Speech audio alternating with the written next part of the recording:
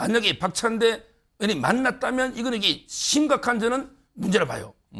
왜냐하면 지금 이게 이화영 부지사의 진술이 좀 이게 이재명 대표를 불리하게 보고한 적이 있다. 예. 이런 이게 변호인이나 진술이 나오니까 예. 이런 이게 회유를 위해서 예. 만난 게 아닌가. 아. 왜? 만난 이후에 예. 이화영 부지사의 부인이 예. 민주당에다가 탄원서를 내요. 오. 법원에 낸 게 아니고. 이게 지금 법무법인 해광이라는 데서 지난 10개월 동안 예. 법정 대리를 해서 변호인이 그쪽에서 나와 있었는데 예. 법정 대리인과 이전 부지사가 검찰에서 한 진술이거든요. 이걸 확인해야 되는 것이 화요일 날 법정에서 있었던 것인데 이걸 부인이 막아 선 거거든요. 뭐가 확인이고 뭐가 안 되고 지나가 버린 그러니까 거죠. 이게 이제 일단 어제 한 언론에 보도가 나온 게 있어요. 이화영 측 핵심 관계자의 설명을 빌려서 나온 보도인데 박찬대 민주당 최고위원이 먼저 만나자고 연락이 왔다. 그러니까 이화영 전 부지사 측을 만나자. 연락이 왔대요. 그리고 억울한 것 있으면 돕겠다고 얘기를 했다. 그러니까 뭐 구체적으로 얘기를 한 것처럼 얘기를 해요. 다만 뭔가 회유를 하는 건 없었다. 이렇게 첨언을 했거든요. 이 내용이 알려집니다. 그래서 이 보도의 이 방향은요. 이런 내용을 소개하면서 뭔가 지금 이재명 대표의 최측근이 이화영 측을 만난 거다. 이걸로 초점을 맞춰줬었거든요. 그런데 이 내용이 알려진 뒤에 박찬대 최고위원이 오전까지 어떤 반응이 없었지만 오후에 입장이 나왔는데 만난 적도 없고 면회한 적도 없고 부인 얼굴도 모른다. 한마디로 다 부인을 해버렸습니다. 이 상황입니다. 지금요. 이 상황이 벌어지고 있고요. 박찬대 최고위원의 발언도 영상으로 지금 담겨 있습니다. 확인해 보겠습니다. 누구야? 장해찬?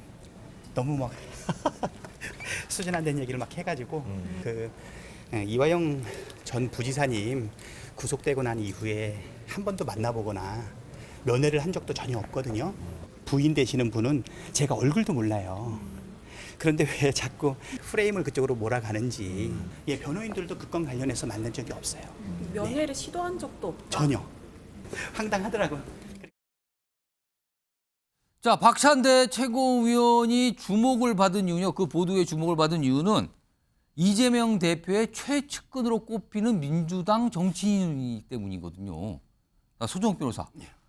박찬대 최고위원이 누굽니까? 소개 좀 해주시죠. 아시는 분이지만 아직 생소하신 시청자분도 계실 것 같아요. 예. 아마 이제 그 인천의 국회의원인데요. 예. 이분이 이재명 대표의 그 입이었어요. 입. 예, 경선 캠프에서도 대변인도 하고 캠프 계속 당시에. 그 캠프에 아. 수석 대변인을 했고요. 예. 이분이 최고위원 이번에 출마했잖아요. 예. 출마 선언문을 제가 다 보니 오. 이재명과 함께 이걸 이게 5번 반복했어요.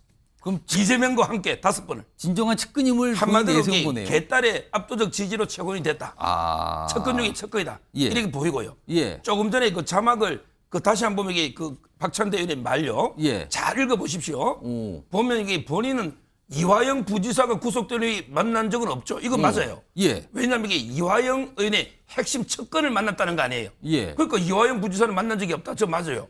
그다음에 부인 만난다는 게 아니잖아요. 오. 측근이니까 부인 얼굴 보고 만난 적 없다. 저게 다 변명 같지만 본질이 빗나간 변명이에요.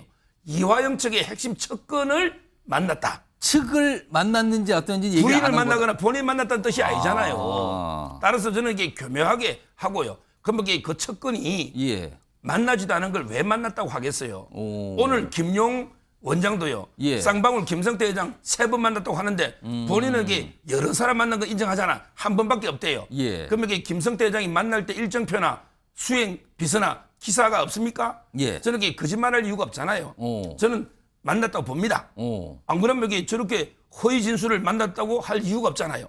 그리고요, 아까 이 영상에서 본 박찬대 최고위원이 뭐 장해찬 국민의힘 최고위원 얘기하면서 뭐 수준 얘기를 하는데 그 무슨 일이 있었던 그거는 저기 겁니까? 화면 국민들이 보잖아요. 저기 저도 한 화면을 계속 봤는데 예. 코에 뭐 만져서 뭐 코딱지인지는 모르겠지만 코에 만져서 이게 뭐 빼주는 뭐 뜻하는 게 모습 아닙니까? 아, 이런 글을 장해찬 최고위원이 오늘 올렸어. 저 사진이 있으니 저게 작년 2월 달에 아. 제주도의 사진 아닙니까? 이걸 보고 장해찬 의원이 글을 쓴 거고요. 오. 저는 여기서 중요한 게 만약에 만났다면 예. 만약에 박찬대 의원이 만났다면 이거는 이게 심각한 저는 문제라 봐요. 왜냐하면 지금 이게 이화영 부지사의 진술이 좀 이게 이재명 대표를 불리하게 보고한 적이 있다. 예. 이런 이게 변호인이나 진술이 나오니까 예. 이런 이게 회유를 위해서 예. 만난 게 아닌가. 아. 왜? 만난 이후에 예. 이화영 부지사의 부인이 예. 민주당에다가 탄원서를 내요. 오. 법원에 낸 게 아니고. 예. 그다음에 이화영 지사가 옥중에 자필로 그런 적 없다고 편지를 써요. 이 모든 게 과연 이게 우연일까요? 예. 저는 이게 만났기 때문에 예. 그래서 이게 이런 이상한 회개한 일들이 일어나고 있는 거고요. 그래서 저는 결론적으로 과연 이게 이화영 부지사를 회유하는 게 누구냐? 이게 검찰이냐? 예. 아니면 이게 민주당이냐? 예. 저는 검찰은 회유 못해요. 변호인이 17명 있어요. 결국에 민주당이 예. 만나서 회유했다. 이게 합리적 증거예요.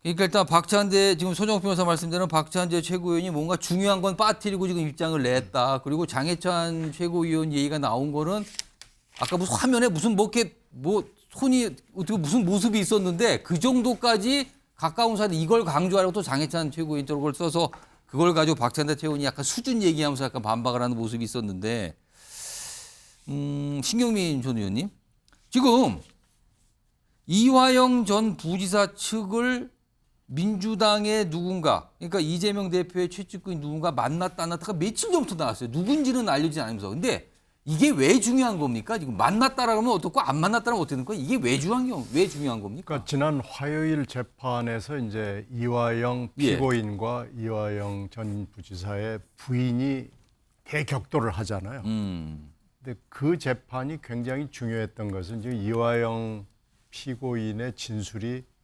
3개의 종류가 있어요. 이 500만 불, 300만 불과 관련해서 예. 이재명 대표에게 얘기를 했다, 안 했다, 예. 또 안 했다, 뭐 이렇게 해서 3가지 버전이 있는데 이 버전이 검찰에서 진술한 내용이에요. 근데 검찰에서 진술을 했다고 해서 증거 능력이 생기지는 않습니다. 예. 근데 판사 앞에서 법정에서 얘기를 하면은 증거 능력이 이제 그렇죠. 그때부터 생기니까 지난 화요일 법정에서 이 얘기를 확인을 하려고 잔뜩 했는데. 기다리고 있던 사람들이 굉장히 많은데 예. 이게 이제 부인과 싸우면서 사실상 부인하고 부인이 결별 선언을 한 거나 마찬가지가 재판이 그날 되어버렸어요. 제대로 열리지 못했어요. 이런 재판은 형사 공판에서 사실은 오. 거의 처음 있는 일입니다. 예. 민사법정에서는 부부가 뭐 부자가 부녀가 머리 잡고 싸우는 일이 꽤 있어요. 예. 근데 형사법정에서는 이 형의 경중을 다투는 거기 때문에 공판정에서 이런 경우는 저는 본 적이 없습니다. 그렇다면 저런 모습이 나타난 이유에 대한 거와 관련이 있는 겁니까? 그렇죠. 그러면? 그러니까 저것이 무슨 모습이냐라는 것은 보는 사람들한테는 이게 지금 법무법인 해광이라는 데서 지난 10개월 동안 예. 법정 대리를 해서 변호인이 그쪽에서 나와 있었는데 예. 법정 대리인과 이 전 부지사가 검찰에서 한 진술이거든요. 이걸 확인해야 되는 것이 화요일 날 법정에서 있었던 것인데 이걸 부인이 막아 선 거거든요. 뭐가 확인이고 뭐가 안 되고 지나가 버린 그러니까 거죠. 이게 이제 8월 8일 날 이제 2주 후에 공판에서 이게 확인이 됩니다. 그러니까 지금 급한 거예요. 어느 쪽이 급한지는 모르겠습니다만 예. 지금 하여튼 다 급합니다. 다 지금 굉장히 화급한 상황이고 예. 뭐가 진실인지는 8월 8일까지 기다려 봐야 되는데 예. 그걸 두고 지금 양측이 굉장히 물밑에서 시끄러운 거죠. 자, 지금 이 상황을 두고요. 민주당 내에서 보면은 좀 뭐랄까요? 뭐 반명으로 대표적으로 꼽히신 분이 계세요. 오늘도 뭐 언론 인터뷰를 통해서 한 말씀을 하신 게 있는데 그 내용 확인해 보겠습니다. 그 한 장관이 뭐 예, 법사위에 나가지고 얘기를 한 것도 그 진술 번복을 전제로 해가지고 하는 얘기 같거든요. 그리고 우리 당에서 지금 화들짝 놀라가지고 이렇게 하는 것도 진술 번복 혹은 입장 변화, 신경 변화가 있었기 때문에 저런 것 같고요.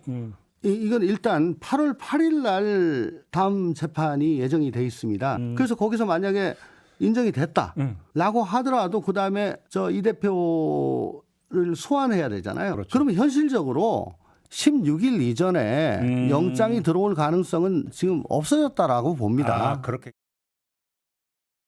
오신환 전 의원님 지금 뭐 설명 들었는데 뭐 날짜가 많이 나와요. 8월 8일, 8월 16일 그리고 뭐 최근에 정치권에서 8월 영장설까지 나왔고 8월 얘기가 많은데요. 이게 뭡니까 이게? 지금 민주당 내부가 사실 너무나 지금 복잡한 상황 아니겠습니까? 지금 뭐 친명과 비명의 갈등이 예. 뭐 국민 모두가 알다시피 지금 극에 달한 상황에서 지금 이재명 대표에 대한 구속영장 청구는 굉장히 그냥 뭐 핵폭탄급으로 내부에 예. 소용돌이가 될 텐데요.